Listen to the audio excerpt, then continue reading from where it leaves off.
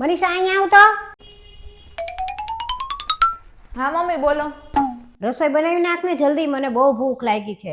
હા બનાવી નાખું. બનાવી લીધું? હા. શેનું શાક બનાવ્યું? રીંગણાનું શાક અને રોટલી. અરે રીંગણાનું શાક મને જરાય નથી ભાવતું. તો પણ બીજું શું બનાવું? કાંઈ ઘરમાં નહોતું, ખાલી રીંગણા પડ્યા હતા તો રીંગણાનું શાક બનાવી નાખ્યું. એક કામ કર, મારી હાટુ પનીરનું શાક અને ગરમ ગરમ પરોઠા બનાવી દે. પણ હવે તો બધું બની ગયું, હવે કેમ બનાવું? ના થોડુંક બધું ફેંકી દેવાય. એ બધું તારે જે કરવું એ કર, તું ખાઈ લેજે ને હાંજે ખાઈ લેજે, પણ મારી હાટુ પનીરનું બનાવી દે. તો પનીર લેવા જવું પડશે.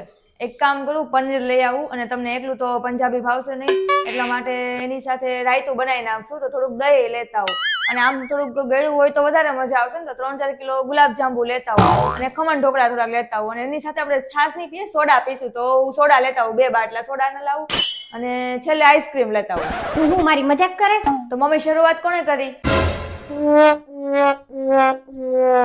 હા કાલે આવવાના છો?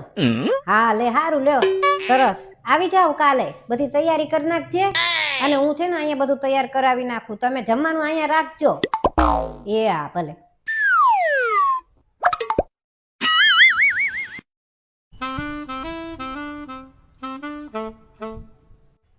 મનીષા, હા? કાલ મારી દીકરીને જમાઈ આવવાના છે. એક વાત કહું?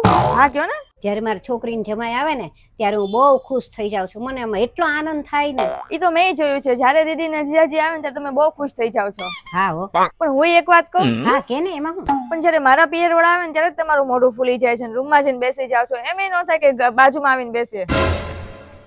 વધારે બોલવાનું બંધ કર અને જા અંદર જઈને તૈયારી કરવા માંડ બધી રસોઈની. એને મગની દાળનો શીરો ખૂબ જ ભાવે છે, એટલે મગની દાળનો શીરો કરજે, અને હારવાર ચણા પલાળી દેજે, ચણા એને ભાવે. જાવ છું. પણ મમ્મી થોડોક શીરો મારા ઘરે મોકલાઈ દઉં? જાને જાતી હોય તો સીધી રીતે મોકલાઈ જ દઉં. મમ્મી બાર પાણીપુરી વાળો આવ્યો છે, 100 રૂપિયા આપો ને તો હું પાણીપુરી લઈ આવું. તને બહુ બધો ખાવાનો ભડભડિયો છે. જ્યાં રોટલી પડી છે એની અંદર નાખી દે પાણીપુરીનો મસાલો અને બટેટું, તને અસલ પાણીપુરી જ લાગશે. 100 રૂપિયા કેમ કમાવાય એ તને ખબર છે? જ્યાં રોટલી શાક ખાઈ લે પડ્યું જ છે. પણ 10 રૂપિયા તો આપો, મેગી લઈ આવું. હા હમણાં તને મેગી મગાઈ દઉં હો. જાની માની જા રસોડામાં, અને ગાંઠિયાનું શાક પડ્યું છે ખાઈ લે, મેગી જેવું મસ્ત છે. તમને થોડું ગાંઠિયાની મેગી આપી દઉં. મારી હાટુ નહીં લાવતી હો, મને નથી ભાવતું જરાય ગાંઠિયાનું શાક.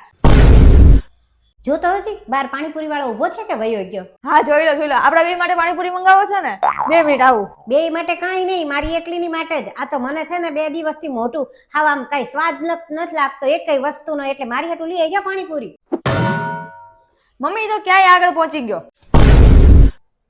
મનીષા બહુ ઠંડી લાગે છે, એકાદું કઈક લાઈને હજી ઓઢવાનું. અરે મમ્મી ઓઢવાની કાંઈ જરૂર નથી, હું તમને એક ઉપાય આપું ને એનાથી તરત ઠંડી ભાગી જશે. હે તો જલ્દી કે ને.